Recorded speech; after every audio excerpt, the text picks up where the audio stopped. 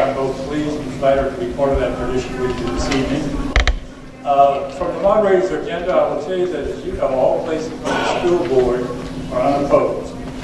But we do want statements from the school board trustees who are either incumbents or new. And we have two of the three with us. Place one, Tom Kennedy. Place two, Phil McNeely, who cannot be with us tonight. Place three, Joe Barrett. We're going to invite Mr. Kennedy to make his opening statement. Thank you. Okay, close up.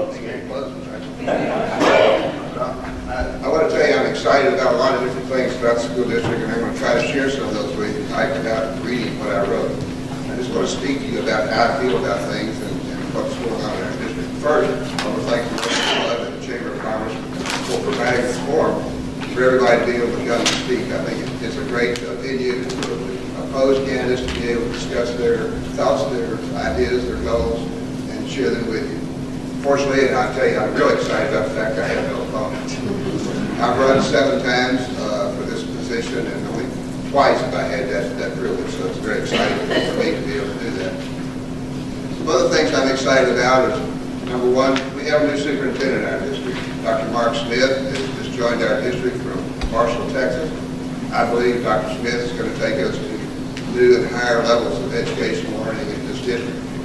We have some of the best facilities in the state, and they're getting better. Another thing I'm excited about is the fact we're building 2 new elementary schools, Acton and Hastings.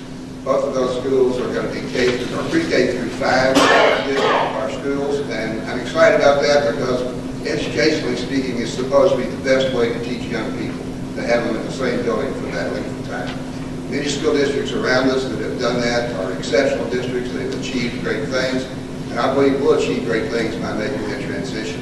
Actually, Hyman Elementary School is also transitioning to that model, so we'll have 3 elementary schools doing that, and I think it's great. Kennemer Middle School will be converted into a 6th grade through 8th grade campus, which will be new and different for our school district, which is another thing I'm excited about because it gives us even a better opportunity to keep kids in the same building under the same rules, the same teachers for 3 years. I think we'll see many, many gains from having done this. The other thing I'm excited about is just the fact that I've been able to do this for such a long time.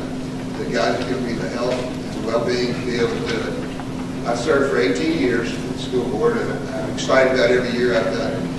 It means a lot to me. I think that education is probably the most important thing that you can have, and our kids need a good education to be able to be successful. So I guess that's the things I'm really excited about. We're going to be doing some new and different things in the school district under Dr. Smith. I think everybody should get to know him.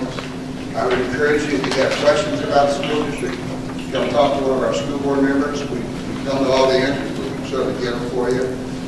I think that another thing I'm excited about is the fact that we're going to have our first Hispanic school board member in the history of Duncanville ISD, which I think is a fantastic thing because our school district is predominantly Hispanic now, and I think having someone on the board who understands their culture, speaks their language, will be a real plus. So I'm excited to go and show our school. So that's my statement. I'm excited to be here. I'm excited to get to do this for another 3 years. Thanks very much.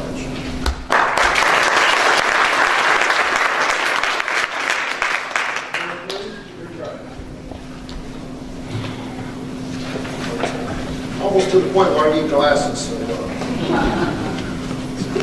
anyway, good evening. My name is Joe Veracruz. I'll tell you what, I'm just humbled to be here and given the opportunity to serve our community.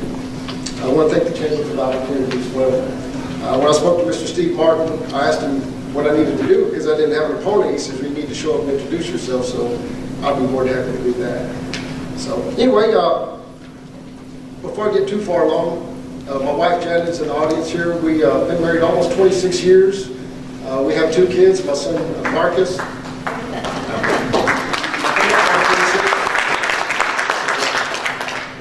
I have a son Marcus, 22, and my daughter about to turn 16. And I want to warn you up front that I'm teaching her how to drive, so be careful. We've got a big black truck, so be careful. You see, I'll have her pull up. But anyway, thank you. Anyway, I was born and raised in Dallas, in the Oak Cliff area. Went to school there, graduated from Bishop Dunn High School. Right after Bishop Dunn High School, My dad says, well, what school do you want to go to? I said, I want to go to school.